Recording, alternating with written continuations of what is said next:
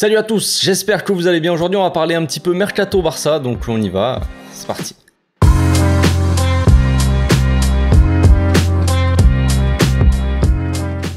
Au passage, n'hésitez pas à vous abonner, liker et commenter, c'est le meilleur moyen de me soutenir et ça fera plaisir à tonton. C'est officiel, Mikayil Faye a signé avec le Barça B, donc c'est plutôt une bonne nouvelle. Le Barça fait un petit pari pour l'avenir, parce qu'évidemment, c'est l'inconnu. Le jeune Faye, je crois que ça se prononce comme ça, je sais pas exactement, débarque donc de Division 2 croate, si je ne m'abuse. Donc c'est un pari, évidemment, on peut pas savoir jusqu'où il va aller. Le Barça investit pas beaucoup d'argent, on va dire, dans le joueur. C'est un joueur d'avenir avec un fort potentiel. On en a déjà un petit peu parlé, c'est un joueur qui est très costaud, il fait je crois 1m86 quand même, il a 18 ans à peine, hein. C'est un défenseur central gaucher mais qui peut aussi jouer sur le côté, hein, latéral gauche. Il est un peu polyvalent, il a le profil Barça, c'est-à-dire qu'il a une bonne qualité de relance, tout ça, mais c'est un joueur qui y va aussi au contact, qui est très agressif, très...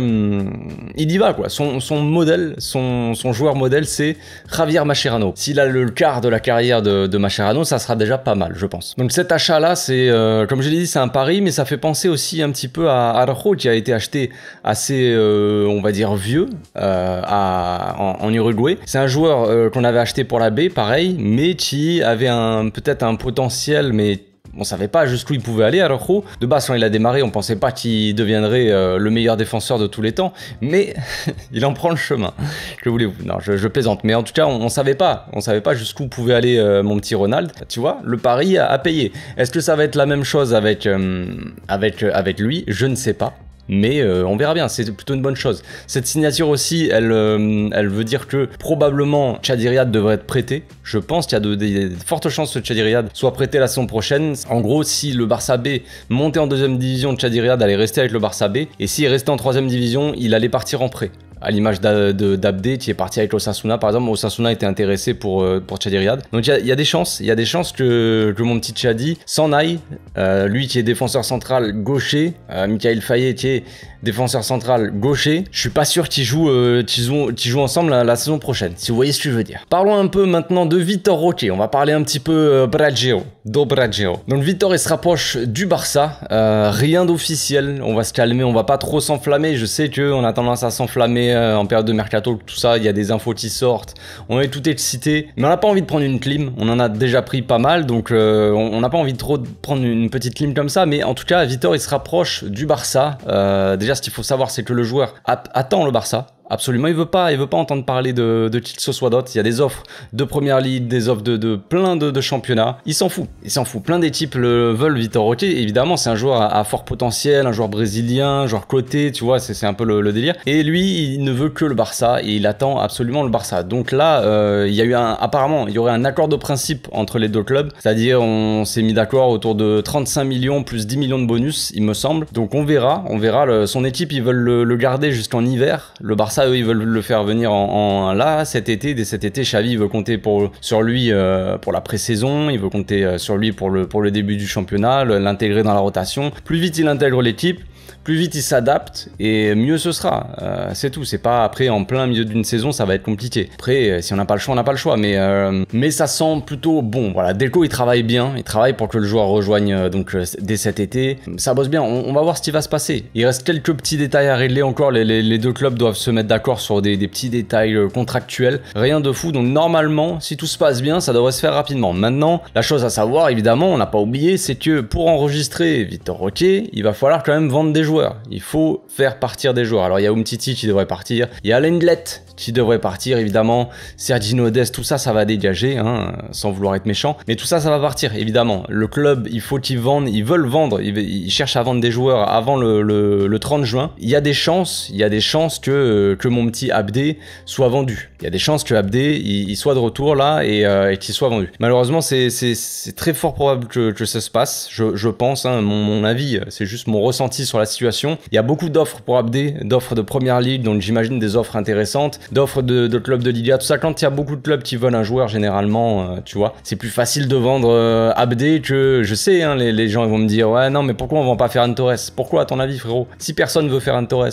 c'est compliqué de le vendre, tu vois. Si il y a 5 ou 6 équipes qui veulent Abdé, c'est plus facile de vendre Abdé, tu vois. Donc, c'est de la logique, tout simplement. On sait qu'Ansu Fati, il force un peu pour rester, il a pas du tout envie de partir du Barça. Donc, concrètement, là, ce qui devrait se passer, c'est que Ansu Fati devrait rester et Abdé devrait être vendu. Est-ce que c'est une bonne chose ou pas? Je ne sais pas. On verra si Abdé reste quand même, parce qu'évidemment, nouvelle rumeur. On passe à une nouvelle rumeur, et bah oui, ça n'arrête jamais, hein. La dernière rumeur qui vient de sortir là, qui est toute fraîche, c'est Newcastle qui aurait proposé 30 millions plus Guimarães contre Rafinha. Alors bon, déjà, c'est à prendre avec des pincettes. C'est mon petit Gérard Romero là qui s'est pris des clims à tout va, qui nous sort une nouvelle info pour histoire de faire un peu parler, je sais pas, de se relancer un petit peu, relancer sa carrière sur Twitch, parce que il a pris cher Gérard Romero, parce que évidemment la bonne nouvelle d'hier, c'était la signature de Ruben Neves à Al-Hilal en Arabie Saoudite. Ruben Neves ne viendra pas au Barça. Donc ça déjà c'était la bonne nouvelle du jour, et évidemment Gérard Romero il a pris un peu cher sur les réseaux, tout ça, parce qu'il avait dit quoi qu'il arrive sera coulé.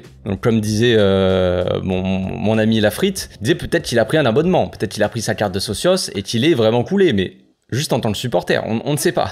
Donc la rumeur, elle me paraît quand même assez improbable. Guimarães, quand vous regardez la valeur, la cote du joueur, il vaut 60 millions, Rafinha vaut 60 millions. Pourquoi Newcastle nous proposerait 30 millions plus Guimarães pour aller choper Rafinha? Ça me paraît quand même un peu étonnant, sachant que Guimarães n'est pas à Newcastle depuis des années et ne floppe pas spécialement, ça reste un top joueur. Après, si jamais ça se fait, si jamais ça se réalise, je ne sais pas, on sait jamais, mais bon, j'y crois peu. Mais si ça se fait, c'est une top recrue, j'ai envie de dire, c'est un top joueur. Guimarães est un très très bon joueur, donc il pourrait très bien s'adapter à un petit double pivot, Guimarães, Frenkie de Jong ou Gundogan ou ce que tu veux, on aurait de quoi faire au milieu, ça peut être une bonne solution évidemment. Maintenant j'ai pas envie de trop parler de Guimarães parce que pour moi c'est vraiment une info, une rumeur bidon. Quand même je donne mon avis sur le joueur, franchement si Guimarães il vient, il n'y a pas de problème. Je l'accepte à bras ouverts, voilà, tout simplement. Voilà, c'est tout pour les petites infos, je pense qu'on a fait le tour, je voulais pas rentrer trop dans les détails de toutes les rumeurs, de machin. Là, c'est histoire de faire un petit tour d'actu mercato comme ça. Je pense que ça va bouger, surtout en termes de départ, je pense qu'il va falloir quand même que le club se bouge un petit peu pour vendre des joueurs. Donc là, Laporta, elle est rentrée de ses vacances, là, de pas si c'était des vacances ou du professionnel. Mais en tout cas, il est revenu à Barcelone. On a vu qu'il a mangé un petit morceau. Il est allé au resto avec Guardiola, histoire de fêter des titres. J'espère qu'ils ont parlé peut-être de mercato. J'imagine, je pense pas, connaissant les Guardiola. Mais en tout cas, on est de retour aux affaires, si je puis dire. Faut que le club se dépêche de vendre des joueurs. Jusqu'au 30 juin, là, donc il reste une bonne dizaine de jours. Il va falloir vendre des joueurs, il va falloir s'occuper de l'anglais, des mecs comme ça. Il va falloir vendre tout ça. Après, peut-être que le dossier l'anglais est un peu mis en suspens avec Tottenham, parce que on sait pas si est-ce qu'on va chercher Lo Celso, est-ce que Lo Celso, sa venue, elle dépend de la non-venue de Gundogan, s'il l'accepte pas, s'il veut rester à City, s'il veut prolonger là-bas. Est-ce que nous, à la place, on fait venir Lo Celso et du coup, on ferait une sorte d'échange avec Tottenham? Est-ce que, tu vois, c'est tous les trucs comme ça, les opérations. Il y a des opérations qui sont liées, donc est-ce que c'est pour ça que ça prend aussi beaucoup de temps? C'est possible. Calmons-nous, les amis. Voilà, on a déjà signé Michael Faye. Je ne sais pas. Voilà, c'est déjà une bonne nouvelle. On se retrouve bientôt pour une nouvelle vidéo. D'ici là, portez-vous bien, passez une très bonne journée. Ciao.